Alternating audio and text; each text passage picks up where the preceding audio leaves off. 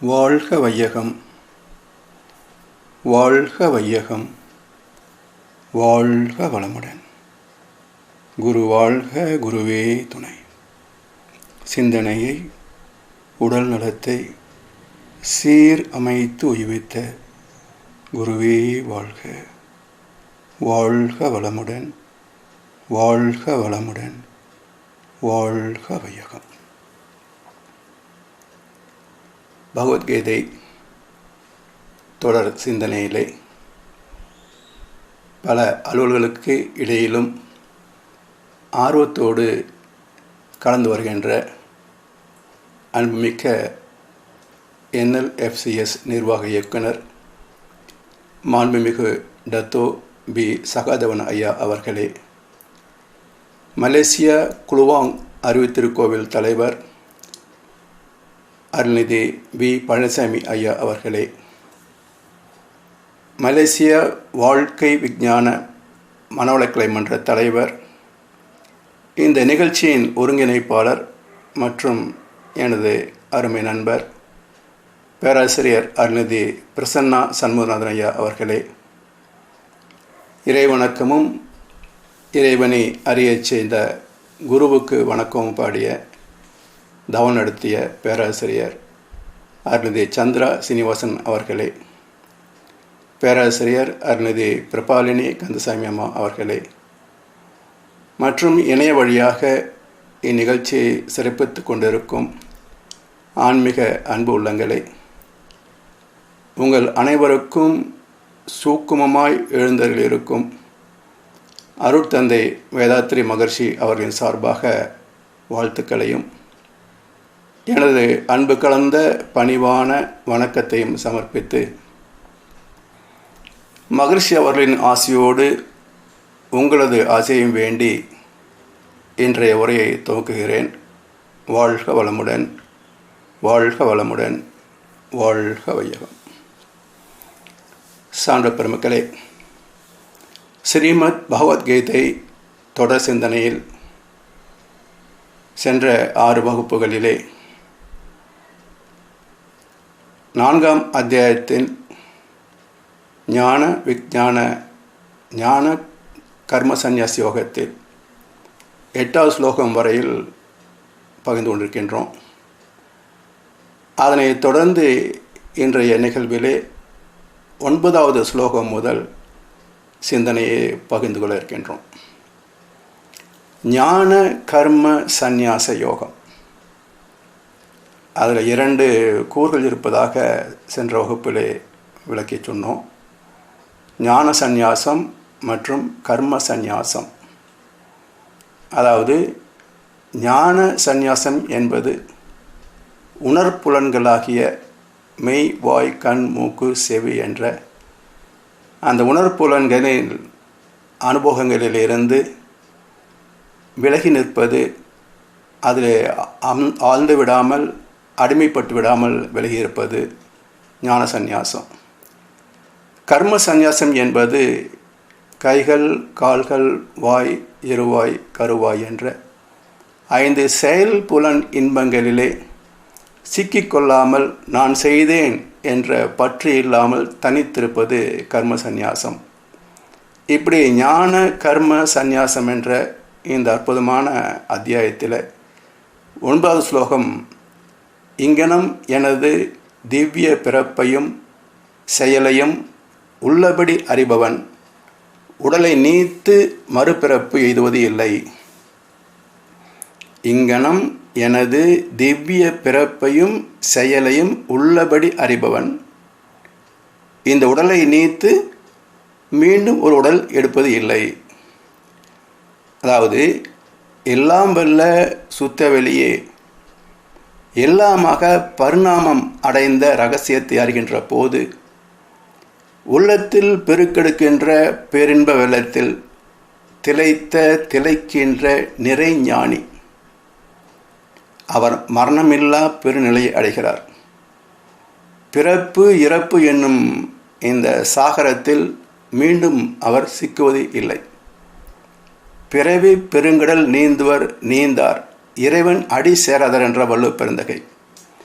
அப்படி இறைவன் அடியை சேர்ந்தவர்களுக்கு மீண்டும் பிறப்பு என்பது இல்லை.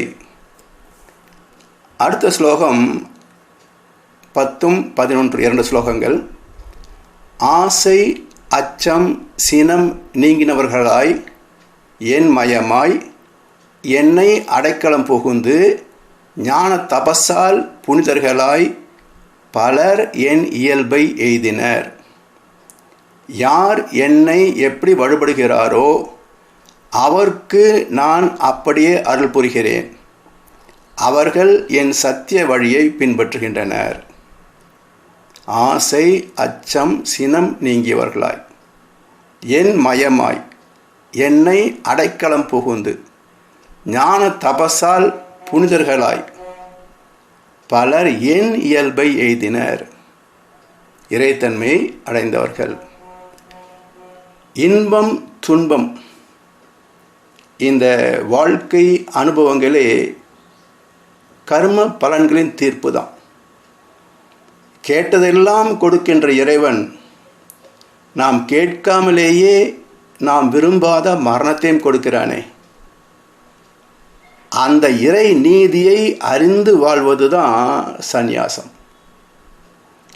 அன்பின் மலர்ச்சியே கர்மயோகம். அன்போடு செய்கின்ற காரியங்கள் கர்ம யோகமாக கர்ம சந்நியாசமாக அமைகின்றன. இந்த கருத்தை தெளிவாக விளங்கிக் கொள்ள வேண்டும். ஏனென்றால் வழிபடுதல் என்றாலே நமக்கு நினைவில் வருபவை தேங்காய் பழம் அர்ச்சனை ஆராதனை விக்கிரகம் கோயில் இது போன்றவை தான் நினைவுக்கு வரும். இறை வழி, வழி என்றால் பாதை. அப்போ இறை வழி என்றால் இறைவன் பயணிக்கின்ற பாதை. எப்படி பயணிக்கின்றான்? சிவபெருமான் ரிஷப வாகனத்திலே பயணிப்பதாக சைவ சித்தாந்தம் பேசும். என்ன பொருள் என்றால் சிவபெருமான் என்ற இறை நீதி இறைநிலை அது அறம் என்ற பசுவின் மேல் அமர்ந்து பயணிக்கிறது. அதனால் அந்த அறத்திற்கும் இறைவனுக்கும் இடையிலே குறுக்கே போகக்கூடாது என்பது வழிபாட்டு முறையினுடைய கட்டளை. அதனால் அந்த அறத்தின் வழி இறைவன் செயல்படுகிறான் என்பதுதான் இறை வழிபடுதல் என்ற வார்த்தை தான் இறை வழிபாடு என்று பெயர் சொல் ஆனது. எனவே இறை வழிபாடு என்பது நம்முடைய செயல்களை திருத்திக் கொள்ளுகின்ற மிக உயர்ந்த பக்குவம் என்பதை நினைவு கொள்ள வேண்டும். இதில் இந்த இறை நீதியின்படி நம்முடைய உடலிலே 98.4 டிகிரி F உடல் சூடாகவும் 120க்கு 80 இரத்த அழுத்தமாகவும் அமைந்திருக்கிறது. இது இரண்டும் சரியாக இருந்தால் உடல் நலமாக இருக்கிறது என்று பொருள். இவை மாறுகின்ற போது வியாதியாக துன்பப்படுகின்றோம். அதற்கு காரணம் என்ன என்றால் இந்த இறை நீதிக்கு முரண்பட்டு செய்கின்ற உணவு பழக்கம், கோபம், கவலை, பொறாமை, வெறுப்பு போன்ற தீய உணர்வுகள், இதற்றால் வருகின்ற விளைவு தான் உடல் நோய்களும் மனக்குழப்பமும். எனவே இறை வழிபடுதல் என்றால் அந்த இறைவனின் நீதிக்கு இணைந்து வாழ்வது, ஒத்து போவது, முரண்படாமல் விலகி போகாமல் தர்மத்தோடு வாழ்வது என்று பொருள். அந்த முரண்படுவதைத்தான் குற்றம் என்று வகுத்தார்கள். குற்று என்றால் குறுக்கே போவது, அம் என்றால் பிரணவம், இறை நீதி, திருவருள் என்று பொருள். எனவே இறை நீதிக்கு குறுக்கே பாய்கின்ற குற்றமே நோய்களுக்கும் சிக்கல்களுக்கும் வறுமை போன்ற பல பிரச்சனைகளுக்கும் காரணம். இதை திருமந்திரம் மிக அற்புதமாக சொல்கிறது. தன்னை அறிய தனக்கு ஒரு கேடு இல்லை, தன்னை அறியாமல் தானே கெடுகின்றார். அப்போ ஏன் மனித வாழ்க்கையில் சிக்கல்கள் வருகின்றன என்றால் தன்னை அறியாமல் தானே கெடுகின்றார். தன்னை அறியும் அறிவை அறிந்தபின் தன்னை அர்ச்சிக்க தாஞ்சிருந்தானே. அப்போ அர்ச்சனைங்க வருது, ஏற்கனவே அர்ச்சனை பற்றி பேசணுமே என்றால், பைபிளிலே பரமண்டலத்தில் இருக்கின்ற எங்கள் பிதாவே, உம்முடைய நாமம் அர்ச்சிக்கப்படுவதாக என்று ஒரு வசனம் உண்டு. அப்போ நாமம் அர்ச்சிக்கப்படுவதாக என்றால் தேவாலயங்களில் ஏது அர்ச்சனை? எனவே நாமம் என்றால் அந்த பரமாத்மாவிலிருந்து வந்தது. உம்முடைய நாமம் இந்த ஜீவாத்மா. அர்ச்சிக்கப்படுவதாக என்றால் தூய்மைப்படுத்தப்படுவதாக என்று பொருள். எனவே தன்னை அர்ச்சிக்க தான் இருந்தானே என்றால் தன் எண்ணம் சொல் செயல்களை தூய்மை செய்து ஏற்கனவே கொண்டு வந்த கர்மவினை பதிவுகளின்படி இன்பத் துன்பங்களை அனுபவித்து மேற்கொண்டு தர்மத்தின்படியே வாழ்கின்ற சிறப்பு என்று பொருள். அடுத்த ஸ்லோகத்தில் வினை பயனை விரும்புபவர் இம்மையில் தேவதைகளை தொழுகின்றனர். ஏனென்றால் வையகத்தில் வினை பயன் விரைவில் வாய்க்கிறது. வினை பயனை விரும்புபவர் இம்மையில் தேவதைகளை தொழுகின்றனர். ஏனென்றால் வையகத்தில் வினை பயன் விரைவில் வாய்க்கிறது. அதாவது உடல் சார்ந்த தேவைகள் உடனே விளைவை தரும். இப்போ உணவு உண்ட உடனேயே பசியை நீக்குகிறது. உணவை தரும் கடவுளாக அன்னலக்ஷ்மி நாம் வழிபடுகின்றோம். எனவே வினை பயனை விரும்புபவர் இம்மையில் தேவதைகளை தொழுகின்றனர். ஏனென்றால் வையகத்தில் வினை பயன் உடனே வாய்க்கிறது. இப்படி தேவையானவற்றை நிறைவேற்றால் போதுமென நினைக்கின்ற பக்தர்கள் அதற்கு உரிய தேவதைகளாக கற்பித்தவற்றை மட்டுமே வணங்குகின்றனர். இந்த பிறப்பின் நோக்கமாகிய தெய்வத்தை உணர்ந்து அதனோடு லயமாக வேண்டும் என்ற பேரின்ப உணர்வோடு ஆலயங்களை வழிபடுபவர்கள் எண்ணிக்கை மிகவும் குறைவு. அடுத்த ஸ்லோகத்தில் 13, 14 2 ஸ்லோகங்கள். குணத்துக்கும் கர்மத்துக்கும் ஏற்ப 4 வர்ணங்களை நான் படைத்தேன். அதற்கு கர்த்தா நான் எனினும் என்னை அபிகாரி என்றும் அகர்த்தாவென்றும் அறிக. கர்மங்கள் என்னை தீண்டா. எனக்கு கர்ம பலனின் ஆசை இல்லை. இங்கனம் என்னை அறிபவன் கர்மங்களில் கட்டுண்ணான். மிக அற்புதமான ஸ்லோகம். குணத்துக்கும் கர்மத்துக்கும் ஏற்ப 4 வர்ணங்களை படைத்தேன். என்ன சொல்கிறாங்க? வர்ணாசிர தர்மம் என்று ஒரு கோட்பாடு சொல்லுவார்கள். அதில் உச்சியிலிருந்து பிறந்தவர்கள் பிராமணர்கள், தோளிலிருந்து பிறந்தவர்கள் சத்திரியர்கள், வயிற்றிலிருந்து பிறந்தவர்கள் வைசியர்கள், பாதத்திலிருந்து பிறந்தவர்கள் சூத்திரர்கள் என்று ஒரு கருத்து மக்கள் மத்தியிலே பரவலாக இருக்கிறது. இங்கு என்ன சொல்கிறார்கள் என்றால் குணத்துக்கும் கர்மத்துக்கும் ஏற்ப, அதாவது ஒரு மனிதனுடைய குணம் எப்படி இருக்கிறது, அவருடைய செயல் எப்படி இருக்கிறது, அதற்கு ஏற்பத்தான் வர்ணங்கள் என்கிறார். அப்போது தாழ்ந்த குலத்தில் பிறந்த ஒருவன் தெய்வ நீதிக்கு இணைந்து வாழ்ந்தால் அவன் எப்படி சூத்திரனாக முடியும்? ஏன்னா செயலும் உயர்ந்தது, எண்ணமும் உயர்ந்தது, பிறகு அவன் எப்படி தாழ்வனாக முடியும்?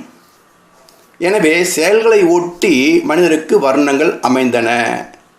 சிந்தனை ஆற்றலால் தேவை, பழக்கம், சூழ்நிலைகளை பொறுத்து செயல்களிலே மாற்றம் வருகிறது. அதை வள்ளுவர் பெருந்தகை சொல்லுவார், பிறப்பு ஒக்கும் எல்லா உயிருக்கும். எல்லா ஜீவன்களுக்கும் காரணகர்த்தா பிறப்புக்கு மூலம் யார் என்றால் ஒரே இறைநிலை தான். பிறப்பு ஒக்கும் எல்லா உயிருக்கும். ஆனால் சிறப்பு ஒவ்வா காரணம் செய்தொழில் வேற்றுமையான். அந்தந்த பிறப்புகளில் பெற்ற அனுபவங்களின் காரணமாக பதிவுகள் தோன்றின. அந்த பதிவுகள் பிரதிபலிக்கின்ற போது அதை சார்ந்த எண்ணம், சொல், செயல் மலர்கின்றன. எனவே அந்த செய்த தொழில், வாழ்ந்த வாழ்க்கையின் மூலமாக மனிதருக்குள் வேறுபாடுகள் அமைந்திருக்கின்றன. எனவே மிக முக்கியமான குறிப்பு இங்கே உடைப்படுகிறது. ஜாதி என்பது ஒருவன் புரியும் கர்மத்தினின்று விளங்குகிறது. எதையும் சிந்திக்காது வெந்ததை தின்று விதி முடிந்தால் சாவது என வாழ்பவன் சூத்திரன். எந்த செயலுக்கும் லாப நட்டம் இருக்கிறது, இன்ப துன்பம் வருகிறது என்று கண்டுபிடித்து கணக்கு பார்ப்பவன் வைசியன். அப்படி வருகின்ற இன்ப துன்பத்திற்கான காரணம் என்ன என்று ஆய்ந்து பழக்கத்தால் செய்த செயல்களே இன்றைக்கு விளைவாக வருகின்றன என்று கண்டு இந்த பழக்கத்தை மாற்றி விளக்கத்தின்படி தர்மத்தின்படி வாழ வேண்டும் என்று பெருமுயற்சி எடுத்து போராடுகின்ற மனிதன் சத்திரியன். அந்த போராட்டத்திலே பழக்கத்தை வென்று விளக்கத்தின் வழி வாழ்வதற்கு தன்னை திருத்தி அமைத்து கொண்டு வெற்றி பெற்றவன். அந்த முயற்சியிலே பெருமுயற்சியிலே பிரம்மத்தை உணர்ந்தவன் பிராமணன். எனவே சூத்திரனாக பிறந்த ஒருவன் சிந்தனையிலே உயர்ந்து தன்னுடைய அறிவுக்கும் மனதுக்கும் உள்ள யுத்தத்தில் ஜெயித்து பிரம்மத்தை உணர்ந்து விட்டால் அவன் இந்த பிறப்பிலேயே பிராமணன் ஆகிறான். மகாகவி பாரதியார் சொன்னார், குணம் நல்லதாயின் எந்த குலத்தினரேனும் உணர்வின்பம் அடைதல் எளிதென கண்டோம். எனவே இதை மையப்படுத்தி இன்றைக்குள்ள வர்ண பேதம் என்பது பிறப்பால் வருவது அல்ல, அவரவர் செயல்பாடுகளால் வருவது. எனவே ஆத்மாவில் உள்ள களங்கங்களை தூய்மைப்படுத்தி கொண்டும் மேற்கொண்டு துன்பம் வராதபடிக்கு செயல் ஒழுக்கத்தோடும் வாழ்கின்ற நெறி கர்மயோகம்.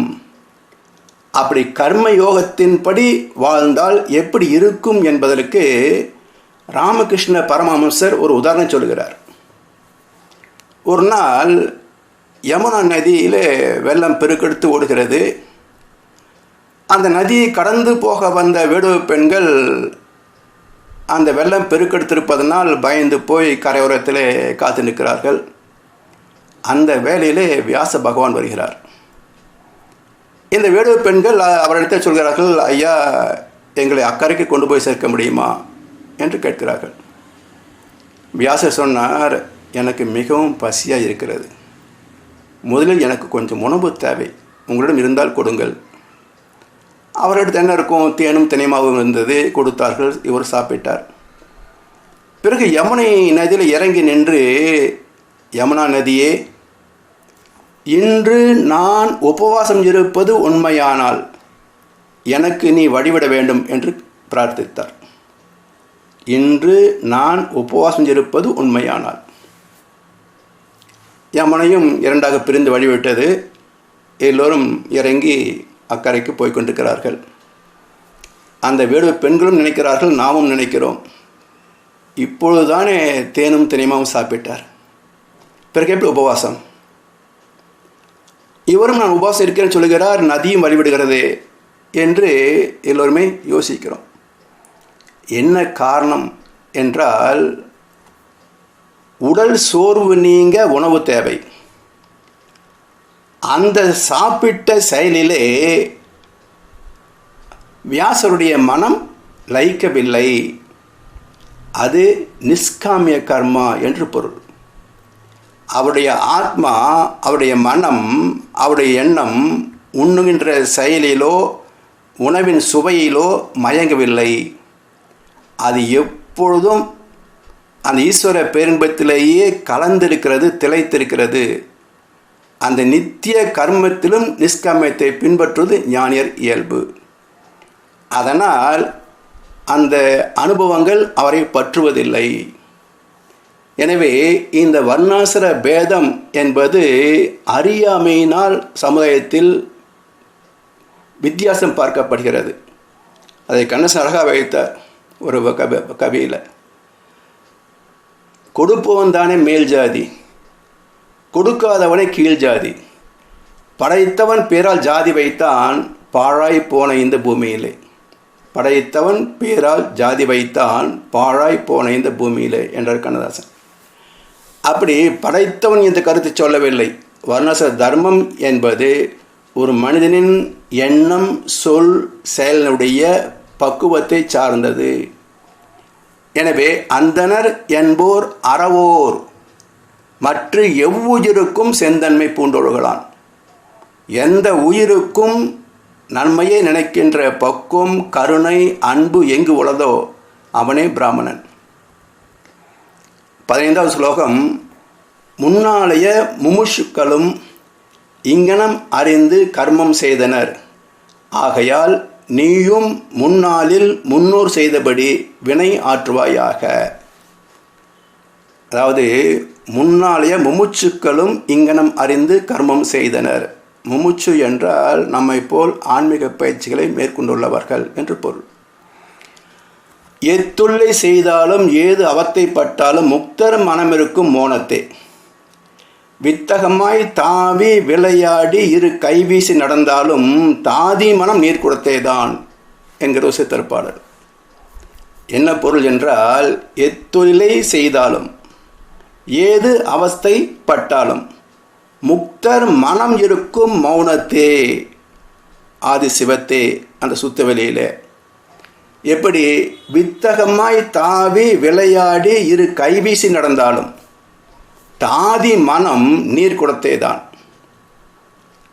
கிராம பக்கங்களிலே இந்த காட்சியை பார்க்கலாம்.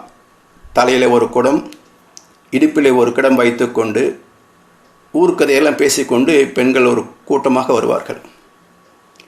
ஆனால் தலையில் இருக்கின்ற குடம் சிறிது நிலை தவறினாலும் உடனே ஒரு கை மேலே போய் அதை சரி செய்துவிடும்.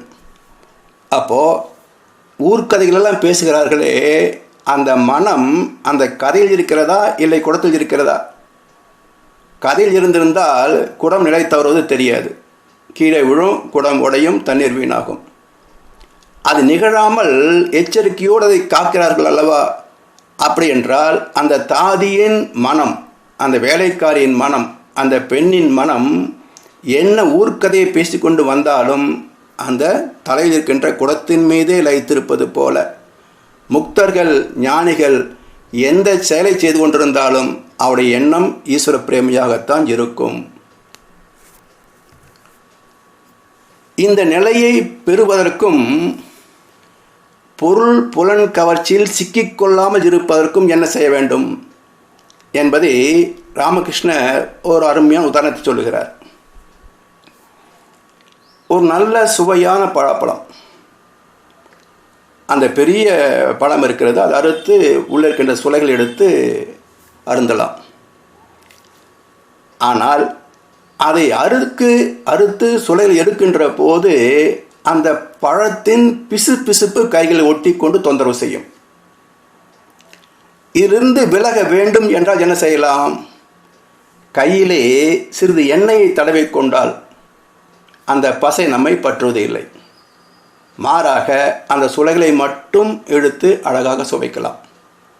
இதுபோல இந்த உலகிலே இருக்கின்ற இன்பங்கள், உடல் மனம் சார்ந்த இன்பங்கள் அனுபவிக்க வேண்டியவையே. ஆனால் அவற்றிலே விளைகின்ற பக்க விளைவுகள், அந்த அளவு மீறுவதனால, முறை மாறுவதனால, தரதரம் தெரியாததனால விளையக்கூடிய பக்க விளைவுகள், அதிலே நமக்கு சிக்கல் வருகிறது, நோய் வருகிறது. அந்த பசையை நீக்கிவிட்டால் இந்த உடல் மன இன்பங்கள் ஆனந்தமே. அப்போ அந்த பசையை நீக்குகின்ற வழி என்ன என்றால் சந்நியாசம், தவம், தியானம். எனவே இந்த உலக இன்பங்களை நிறைவாக தூய்க்க வேண்டும் என்றால் ஒரு மனிதனுக்கு உற்ற துணையாக வழிவருவது தவம். அதனால் தவசிரேஷ்டர்களை விட இந்த வாழ்க்கையை மிக அற்புதமாக அனுபவித்தவர்கள் எவருமே கிடையாது. எல்லோரும் இன்பமும் துன்பமும் கலந்துதான் துய்ப்பார்கள். ஆனால் ஞானிகளோ இன்பத்தை மட்டுமே துய்ப்பார்கள். அதனால் ஆன்மீகம் நமக்கு வலியுறுத்தப்படுகிறது, தவம் நமக்கு வலியுறுத்தப்படுகிறது. அடுத்த ஸ்லோகம் 16, 17. கர்மம் எது அக்கர்மம் எது என்பதில் ஞானிகளே தடுமாற்றம் அடைகின்றனர். எதை கர்மம் என்று அறிந்து கேட்டினின்று விடுபடுவாயோ அதை உனக்கு பகர்வேன். கர்மத்தின் போக்கை தெரிந்து கொள்ள வேண்டும்.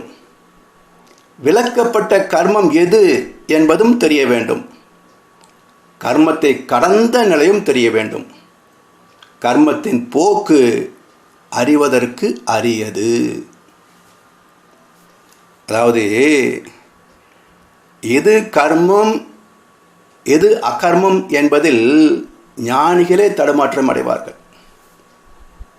அதாவது action in inaction, inaction in action. செயல் செய்வதிலே செயலற்று இருப்பது, செயலற்று இருப்பதிலே செயல் செய்வது. புரியுதுங்களா? குழப்பம் தானே? இந்த குழப்பம் ஞானிகளுக்கே வரும் என்கிறார்.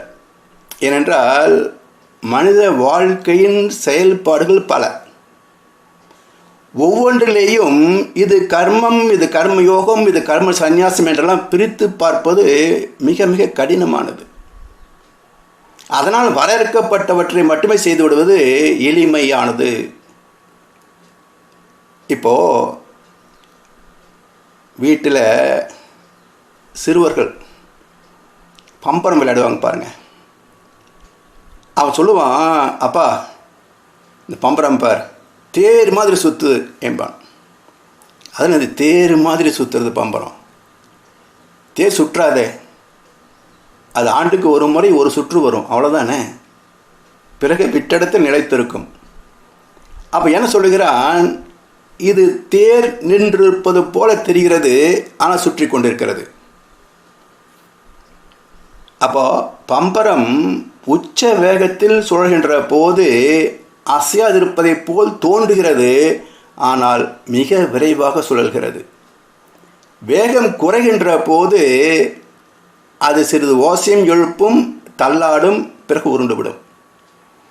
இதுபோல் முற்றும் துறந்த ஞானிகள் செயற்கரிய செயலை செய்த போதும் நான் அல்ல என்று அமைதி காப்பார்கள்.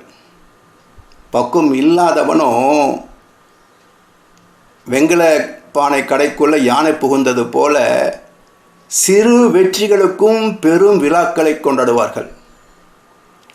அதனால் இது எப்படி பம்பரம் சுற்றுகின்ற போது அதிவிரைவில் அது அசையாதிருப்பது போல் தோன்றுகிறதோ, அதுதான் செயல் செய்வதிலே செயலற்று இருப்பது.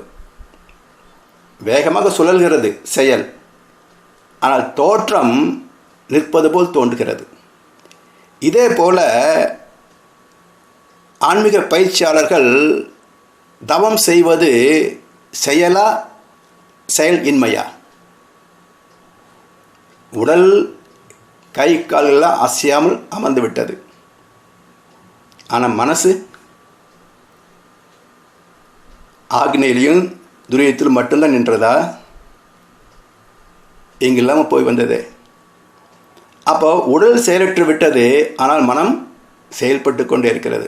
சரி, எங்கேயும் போகலைங்க, அப்படியே ஆக்னையிலே லயித்து போயிட்டேன். இது செயலா செயலின்மையா? இதுவும் செயலே. எப்படி? இந்த மனம் வேறொன்றை நினைக்காது தொடர்ந்து ஆக்னை என்ற மையத்தையே நினைக்கிறது. இது சூட்சுமமாக நடக்கின்ற ஒரு செயல். அதுதான் கர்மம் எது அகர்மம் எது என்பதில் ஞானிகளே தடுமாற்றம் அடைகின்றனர். எதை கர்மம் என்று அறிந்து அந்த கேட்டு நின்று விடுபடுவாயோ. அதாவது கர்மத்தில் கேடு எப்படி வரும்? இந்த வார்த்தையிலேயே ஒரு உட்பொருள் உண்டு. நாம் ஏற்கனவே 3ஆம் அத்தியாயத்தில் சொன்னோமே, கர்மம் என்பது மனம் சார்ந்தது, கர்ம யோகம் என்பது அறிவு சார்ந்தது. கர்மத்தின் விளைவு இன்பம் அல்லது துன்பம், கர்ம யோகத்தின் விளைவு இன்பம் மாத்திரமே. அதனால் இங்கே சொல்கிறாங்க, எதை கர்மம் என்று அறிந்து கேட்டு நின்று விடுபடுவாயோ. இது மனம் சார்ந்த செயல், அதனால் துன்பம் வரலாம். அந்த துன்பத்தை எப்படி நான் நீக்கிக்கொள்ள வேண்டும், என்று விழிப்புணர்வோடு இருக்கின்ற போது அந்த மார்க்கத்தை நான் சொல்லுகின்றேன். அந்த விழிப்புணர்வோடு இருப்பது எப்படி என்பதை சொல்லுகின்றேன். கர்மத்தின் போக்கை தெரிந்து கொள்ள வேண்டும். மனம் எப்படி செயல்படுகிறது என்பதை புரிந்து கொள்ள வேண்டும். எப்பொழுதுமே இறைநிலை உணர்வோடு மனதை பக்குவப்படுத்தி செயல்பாடுகளிலே நான் செய்கிறேன் என்று சிக்கிக்கொள்ளாமல் துன்பங்களிலிருந்து விடுபட வேண்டும். அப்போ இன்பம் மட்டுமே சாஸ்வதமாகும். ஜீவ இன வரலாற்றில் இன்பங்களை நிறைவாக துய்ப்பதற்காகத்தான் இயற்கை இறுதியில் மனிதனாக நிறைவு பெற்றிருக்கிறது. மனிதனுக்கு அடுத்த ஒரு பிறவி உண்டா? இன்னொரு ஜீவன் உண்டா? 7வது அறிவோட ஒரு ஜீவன் உண்டா? இல்லை. எனவே இயற்கையை புறக்கணித்த மனிதனின் செயல்களில் இறை நீதி செயலுக்கு விளைவு என்ற விதிப்படி துன்பத்தை கொடுக்கிறது. இதை உணர்ந்து அதிலிருந்து நம்முடைய மனதை விலக்கிக் கொள்வது தான் சந்நியாசம். 18வது ஸ்லோகம். கர்மத்தில் அகர்மத்தையும் அகர்மத்தில் கர்மத்தையும் காண்போன் மக்களுள் மேதாவி. அவனே யோகி, அவனே எல்லாம் செய்து முடித்தவன். எப்படி? கர்மத்தில் அகர்மத்தையும் அகர்மத்தில் கர்மத்தையும் காண்போன் மக்களுள் மேதாவி.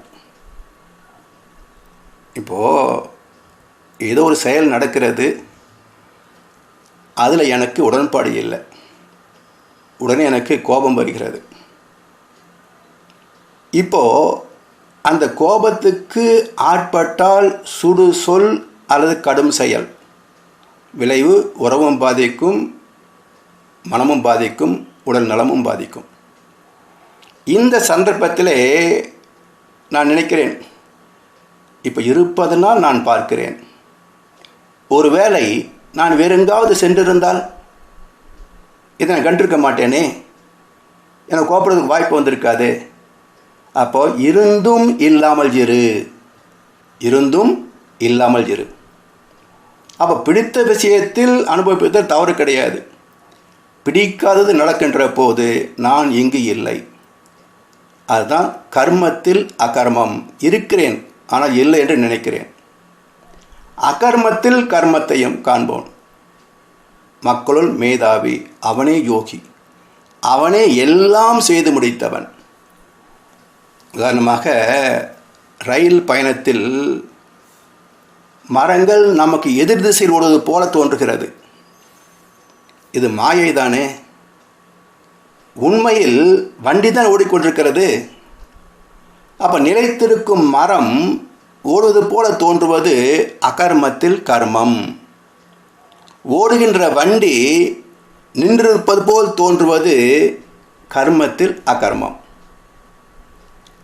இப்போது ஒரு பாராட்டு விழாவில் அந்த விழா நாயகனை இந்திரன் சந்திரன் என்று போற்றுவது மேடை மரபு. ஆனால் அந்த மனிதன் எப்படி இருக்க வேண்டும் என்றால், இது என் சாதனை அல்ல, என் முன்னோருடைய புண்ணியம் 6 பங்கு இருக்குது. என் பங்கு உழைப்பு என்பது 1 பங்கு தான். எனவே இந்த வெற்றியில் எனக்கு 1 பங்கு மட்டுமே பாத்தியதை உண்டு. மீதி 6 பங்கு என்னுடைய பூர்வ கர்ம புண்ணியத்தின் பலனால் இந்த நன்மை வந்து சேர்ந்தது.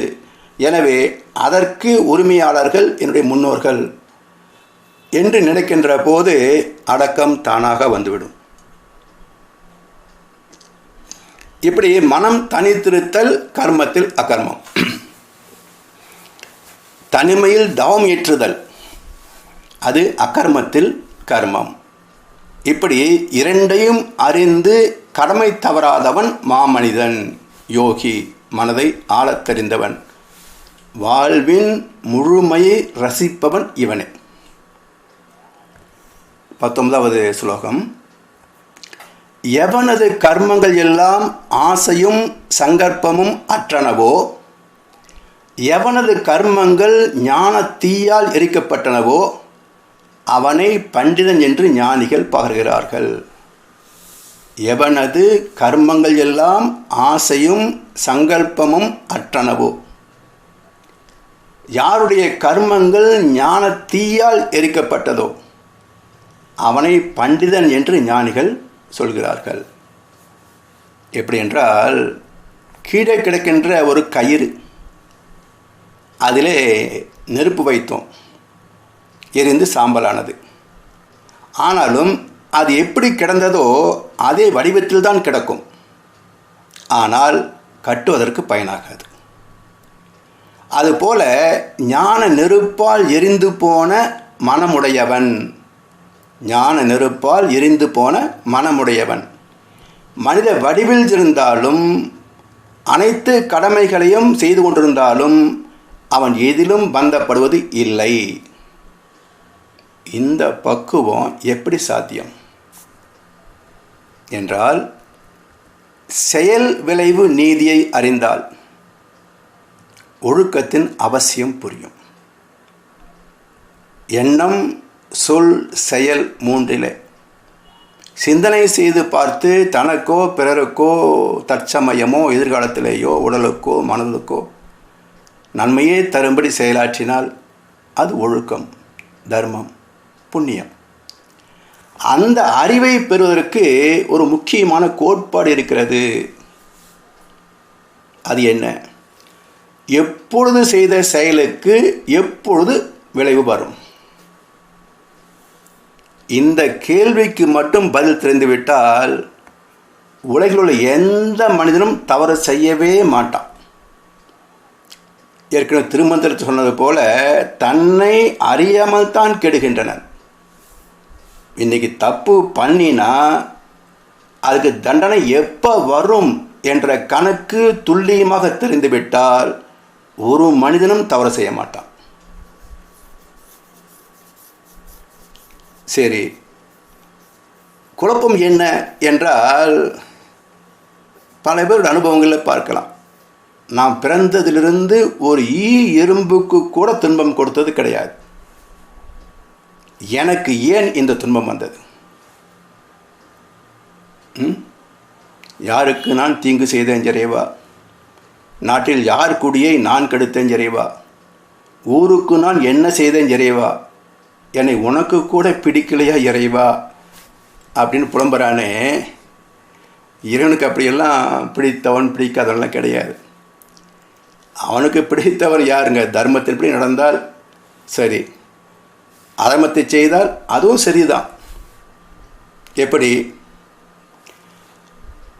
ஒரு தாய் பசித்து அழுகின்ற குழந்தைக்கு தாய்ப்பால் தருகிறாள். இது ஒரு தாயின் அறக்கருணை. அந்த குழந்தை நோய்வாய்ப்பட்டு விட்டால் அது விரும்பி அருந்தாத மருந்தை வற்புறுத்தி மூக்கை பிடித்து கொண்டாவது ஊட்டிவிடுகிறாள். இது அந்த குழந்தையை துன்புறுத்துவது போல் தெரிந்தாலும் இந்த மருந்து கொடுத்தால்தான் அவன் நோயிலிருந்து விரைவில் குணமடைவான். இது மரக்கருணை என்று பொருள். எனவே இறைவனுக்கு உள்ளது கருணை மட்டுமே. தண்டிக்கின்ற வில்லத்தனம் இறைவனுக்கு கிடையாது. அப்போது அந்த தண்டனை என்பது ஏன்? நாம் சொல்கின்ற வார்த்தை தான் தண்டனை. உண்மையிலேயே அது நம் ஆத்மாவில் ஏற்கனவே கொண்டு வந்த பாவத்தை சுத்தப்படுத்திவிட்டு மீண்டும் இந்த ஆத்மாவை தன்னோடு இணைத்துக் கொள்வதற்கான கருணை செயல்தான் துன்பம். அதை புரிந்து கொள்ளாத மனித ஜென்மங்கள் ஒரு பக்கம் துன்பத்தை சந்தித்தாலும் மறுபக்கம் 4 பங்கு அதர்மத்தை செய்கிறார்கள். இறைவன் ஒரு பக்கம் சுத்தப்படுத்தி கொண்டே இருக்கிறான், இவன் மறுபக்கம் குப்பை சேர்த்து கொண்டே இருக்கிறான். இந்த ஆத்மா எப்பொழுது தூய்மையாகும்? எனவே துன்பம் என்பது இறைவனின் மரக்கருணை, நம்மை தூய்மைப்படுத்துகின்ற அன்பு செயல் அது. அதனால் வள்ளுவர் சொல்றார், அவ்விய நெஞ்சத்தான் ஆக்கமும் செவ்வியான் கேடும் நினைக்கப்படும். இந்த கேள்விகளுக்கெல்லாம் பதில் சொல்கிறார். நான் யாருக்கும் ஒரு துன்பம் செய்யலையே, எனக்கு ஏன் இந்த கஷ்டம் வந்தது என்றெல்லாம் கேள்வி கேட்கிறார்களே, அவர்களுக்கு பதில் சொல்கின்றார் வள்ளுவர். அவ்விய நெஞ்சத்தான் ஆக்கம். ஒரு அயோக்கியனுடைய வாழ்க்கை வெற்றியும் வசதிகளும் செயல்பாடுகளும். செவ்வியான் கேடும். ஒரு நல்ல மனிதனுடைய துன்பங்களும் நோய்களும் சிக்கல்களும் பிரச்சனைகளும் ஏன் வந்தன? நினைக்கப்படும். நினைக்க என்றால் காலை என்ன சிற்றுண்டு சாப்பிட்டேன் நினைப்பது அல்ல. என்ன கர்மத்தை செய்தேன் நான் இந்த பிறப்பிலோ, அல்லது என் தாய் தந்தை வழியிலோ, அல்லது தாத்தா பாட்டி வழியிலோ, இப்படி 7 தலைமுறைகளில் என்ன செய்தேன் எனக்கு இது வந்து சேர்ந்தது. பட்டினத்தார் சொல்லுவார், என் செயல் ஆவது யாதொன்றும் இல்லை, இனி தெய்வமே உன் செயலே என்று உணரப் பெற்றேன். இந்த ஊன் எடுத்த பின் செய்த தீவினை ஏதுமில்லை, பிறப்பதற்கு முன் செய்த தீவினையோ இங்கனே வந்து மூண்டதுவே என்று கழுமரத்தில் சிக்கிய போது நினைத்து பார்க்கிறார். அப்படி இறைவனுடைய அந்த நீதி சாமானியருடைய அறிவுக்கு எட்டாது. கொஞ்சமாவது தவம் செய்து மனம் ஒடுங்கி அடங்கி இயற்கை தத்துவத்தை சீர்தூக்கி பார்த்து பட்ட அனுபவங்களுடைய பாவ புண்ணிய கணக்கை எல்லாம் சீர்தூக்கி பார்த்தால் அவருடைய இறை நீதி புரியும். அப்போ தெய்வத்தை அறியாமல் தெய்வ நீதி புரியாது. தெய்வ நீதி புரியாமல் ஒழுக்கம் வாழ்க்கையில் முழுமையாக செயல்படாது. அதனால் இந்த கணக்கு 140 ஆண்டுகள் என்கிறார் மகரிஷி. 7 தலைமுறை என்று விஞ்ஞானம் நிரூபித்து விட்டது. அதாவது விஞ்ஞானம் எப்படி நிரூபித்தது என்றால், இந்த கிராஸ் பிரீடிங் டெக்னாலஜி ஒன்று உண்டு. அயல் மகரந்த சேர்க்கை என்று ஒரு டெக்னாலஜி.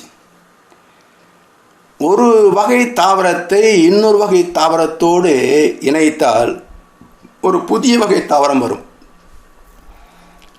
அதில் எவ்வளவு மேன்மை பெற முடியும்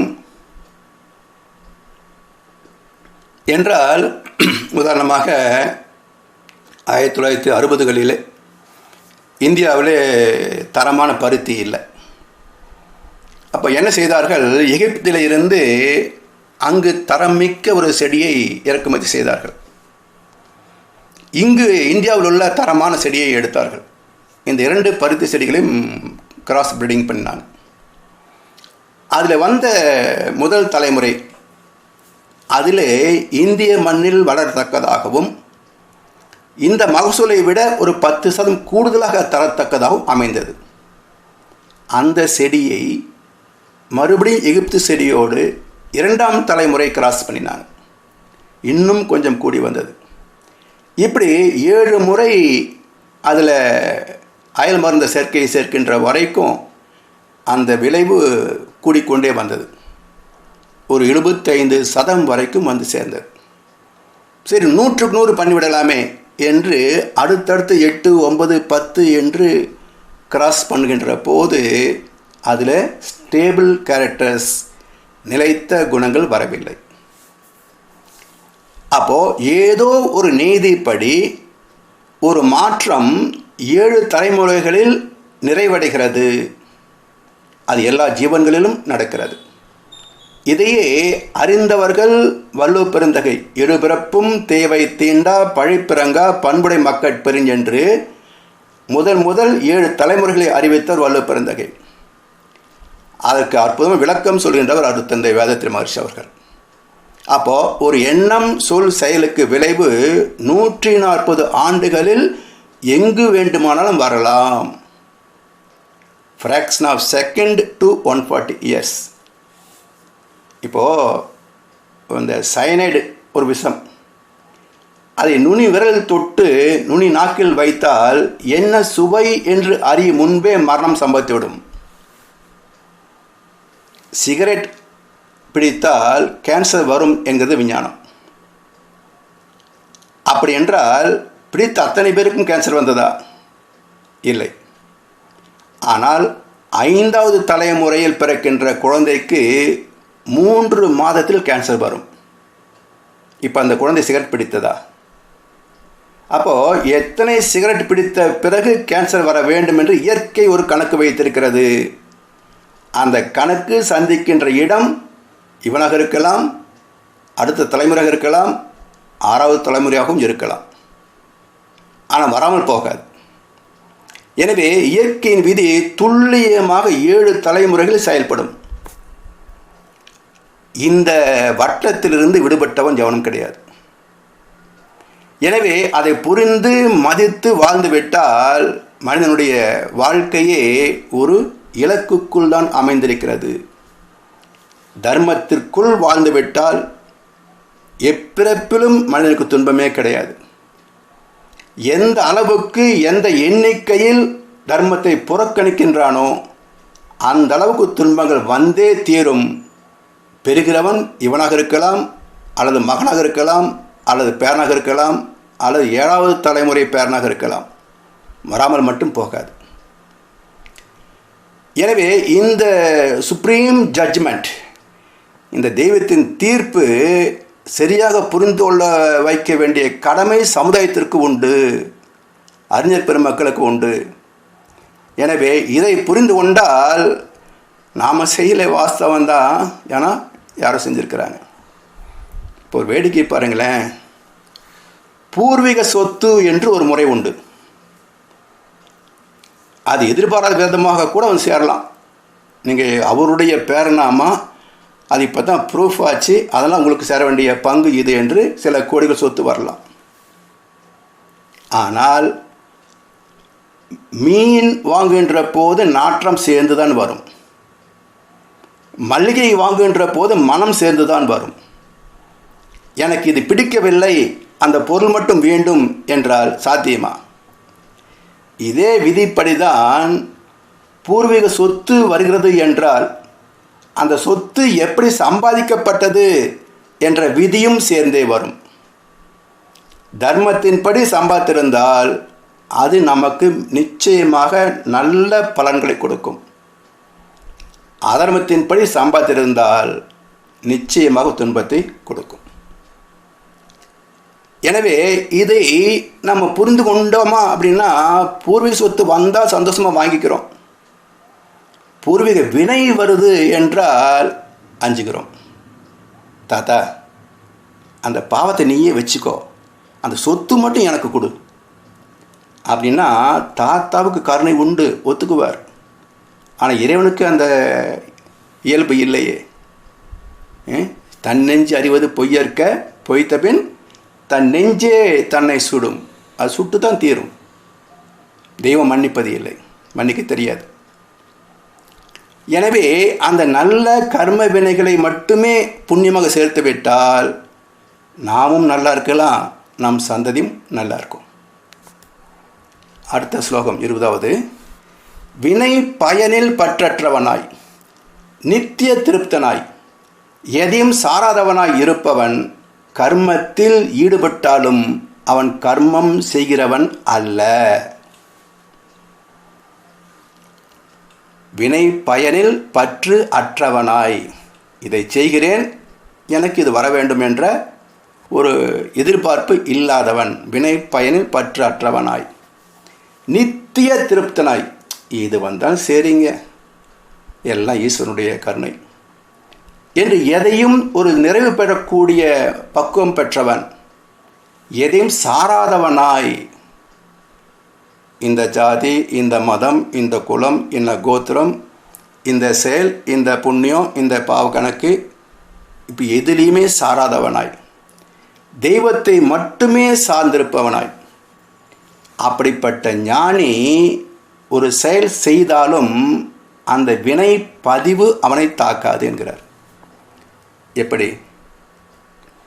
பட்டின சொல்கிறார் ஒரு பாட்டில், நம் நாடு எங்கே, பெரும் வீடு எங்கே, காப்பு நஞ்சை எங்கே, தோப்பு புஞ்சை எங்கே, அதிகாரம் எங்கே, வியாபாரம் எங்கே, மனைவி மக்கள் எங்கே, வைத்த ரொக்கம் எங்கே, வாங்கிய வட்டி எங்கே, இரும்பு பெட்டி எங்கே, இவையெல்லாம் கூட வருமோ அங்கே, இவையெல்லாம் கூட வருமோ அங்கே.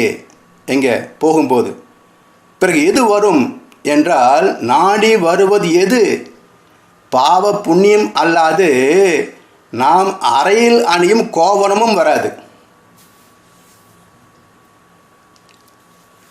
இது ஒவ்வொரு பணக்காரரும் தினசரி படித்து பார்க்கணும். இதை நம்ம செத்து போயிட்டோம்னா கோவணத்தை கூட எடுத்துட்டு தான் விடுவாங்க.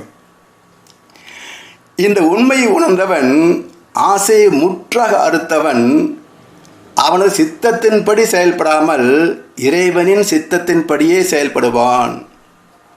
அதனால் அந்த விளைவுகள் அவனை பந்திப்பது இல்லை. தர்மம் விலகிய செயலை மனதாலும் தொடமாட்டான். அதாவது ஏன் வினைப்பதிவு சேராதுங்க?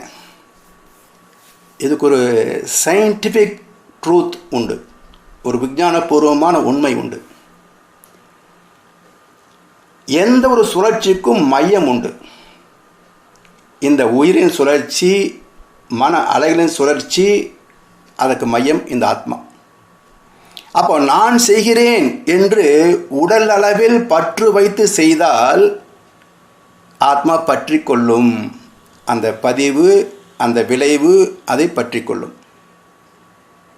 அந்த விளைவு காலத்தால் வெளிப்படும். ஆனால் நான் அல்ல, என் செயல் என்பதெல்லாம் இறைவா, என்னுள் இருக்கும் உன் செயலே என்று உணர்வோடு செய்கின்ற போது அவன் உடலிலே நிற்பது இல்லை. உடல் கடந்து பிரபஞ்சமாக நிற்கின்றான். பிரபஞ்சத்திற்கு மையம் கிடையாது. அதனால் பதிவும் கிடையாது. அதனால் விளைவும் கிடையாது.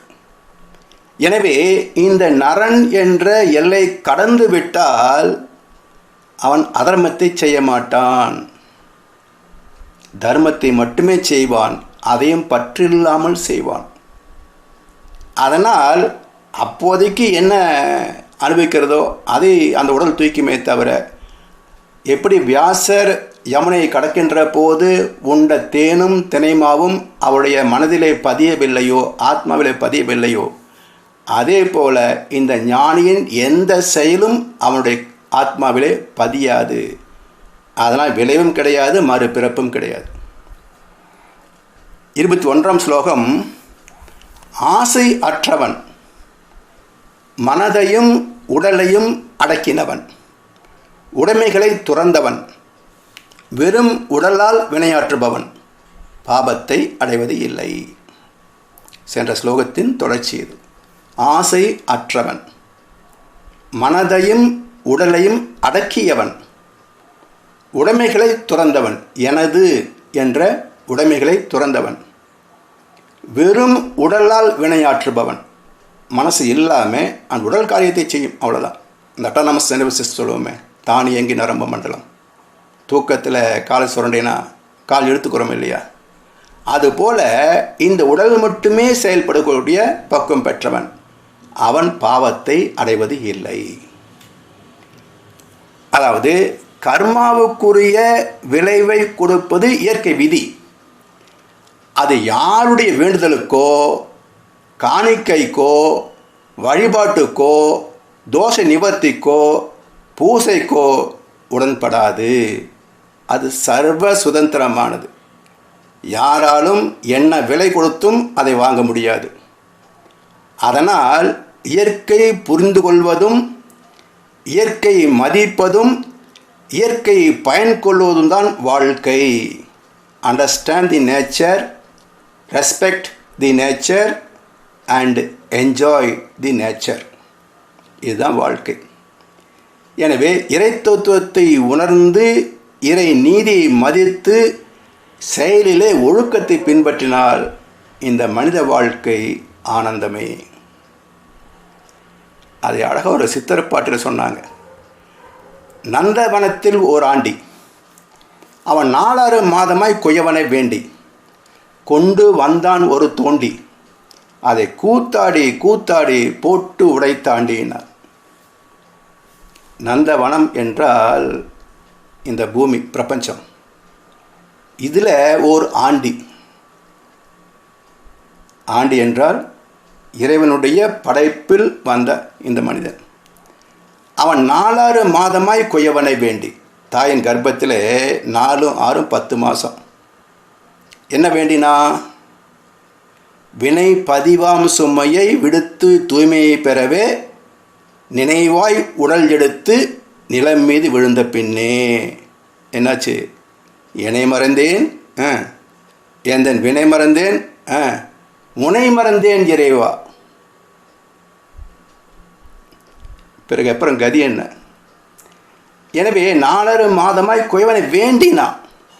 ஆனால் பிறந்த பிறகு கொண்டு வந்தான் ஒரு தோண்டி. இந்த உடம்பு பிரசவமாச்சு. அந்த உடம்பை கூத்தாடி கூத்தாடி போட்டு உடைத்தாண்டினான். ஆடிய ஆட்டம் என்ன, பேசிய வார்த்தை என்ன, தேடிய செல்வம் என்ன, திரண்டதோ சுற்றம் என்ன, கூடு விட்டு ஆவி போனால் கூடவே வருவது என்ன கண்ணதாசன். அப்போது சும்மா இருந்திருந்தால், தர்மத்தின்படி மட்டுமே வாழ்ந்திருந்தால் பானை என்ற இந்த உடம்பு நீண்ட காலம் வாழ்ந்திருக்கும்.